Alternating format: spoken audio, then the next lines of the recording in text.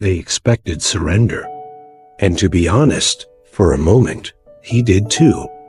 When life tore everything he had from his hands, his plans, his people, his peace, he stood there staring into the ashes numb.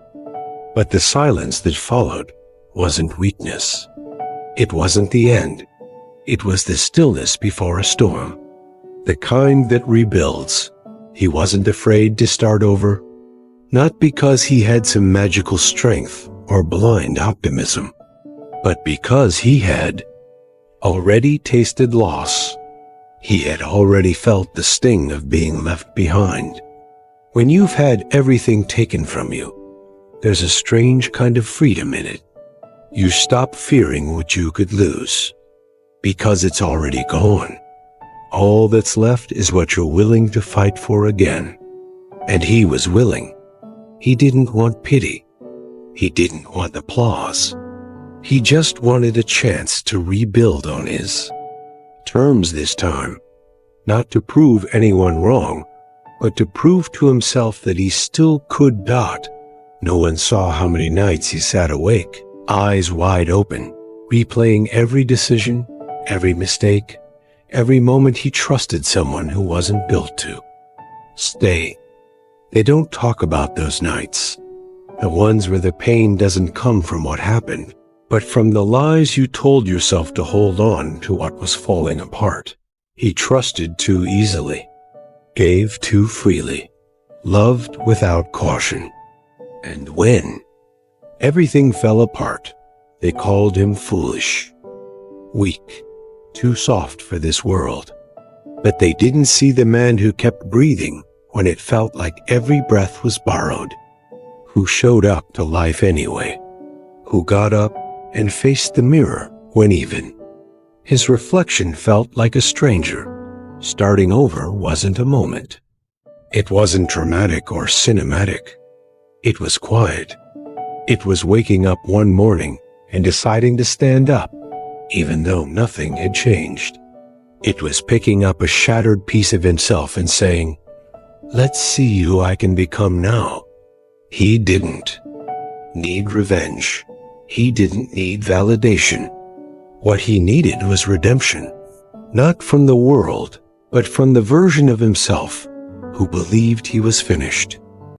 You see, people often love the idea of a comeback story, but they don't stay for the chapters where the hero cries alone in his room, questioning if he has anything left to give. They don't read the parts where he fails again, stumbles again, loses again, but he kept going. That's what they'll never understand, that he kept going without the cheers, without a shoulder to lean on. He rebuilt himself in silence, with cracked hands and a tired heart. And with every brick, he made sure he built differently. He wasn't looking for approval anymore. He wasn't chasing people who once made him feel invisible. This time, he was building something sacred, a life where he didn't have to shrink to fit, where he didn't have to bleed to feel worthy. He began investing in his soul the way he used to invest in others. The boundaries he once thought were cold, he now understood were necessary. Not everyone deserved access to him. Not everyone could handle the man he was becoming. He stopped asking why it all fell apart. He stopped replaying the conversations that ended in silence. Some people weren't meant to stay, not because they were bad, but because they were temporary. Lessons, painful, necessary teachers. And instead of resenting them, he thanked them. They taught him to walk alone, to speak less and observe more, to trust actions, not intentions, to stop making excuses for people who constantly showed him who they really were. There was power in starting over. It stripped away the noise, the expectations, the illusions. It forced him to meet himself, not the version molded by others, but the raw, unfiltered truth of who he was. And the truth wasn't pretty. It was scarred, bruised, but it was real. And in that truth, he found strength. Not the loud kind, the quiet, unshakable kind. The kind that doesn't flinch when storms come, because he's already been through. Worse, Dot, he learned that you don't need the world to understand your journey. You just need to understand your worth. He stopped chasing love that made him feel like a burden. Stopped entertaining people who disappeared when things got hard. He became his own home, his own peace, his own rescue. And little by little, things started to shift. Not because life suddenly became easier, but because he became harder to break. He stopped begging for doors to open. He started building his own. And those who once doubted him, they started watching. Silently, surprised.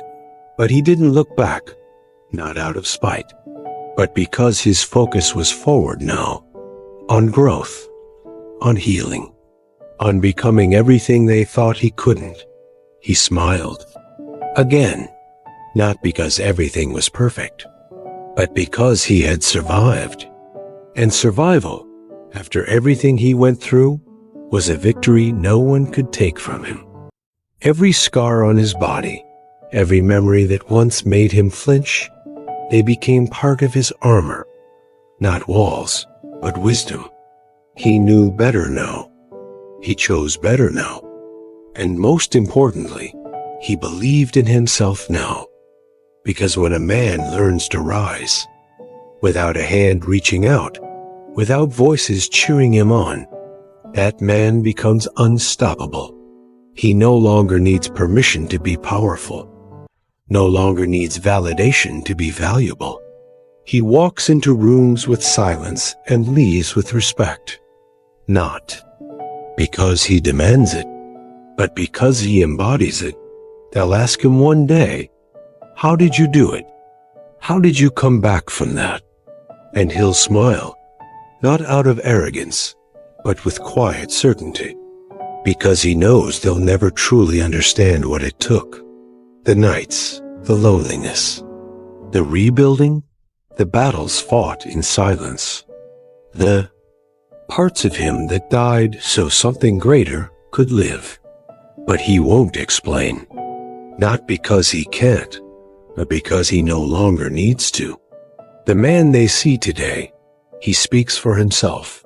Starting over didn't make him weaker. It made him wiser. Every loss was a lesson. Every ending, a new beginning. And as he walks forward now, there's no bitterness in his stride. Only purpose, only peace. Because he no longer carries what broke him. He carries what built him. And that is more than enough.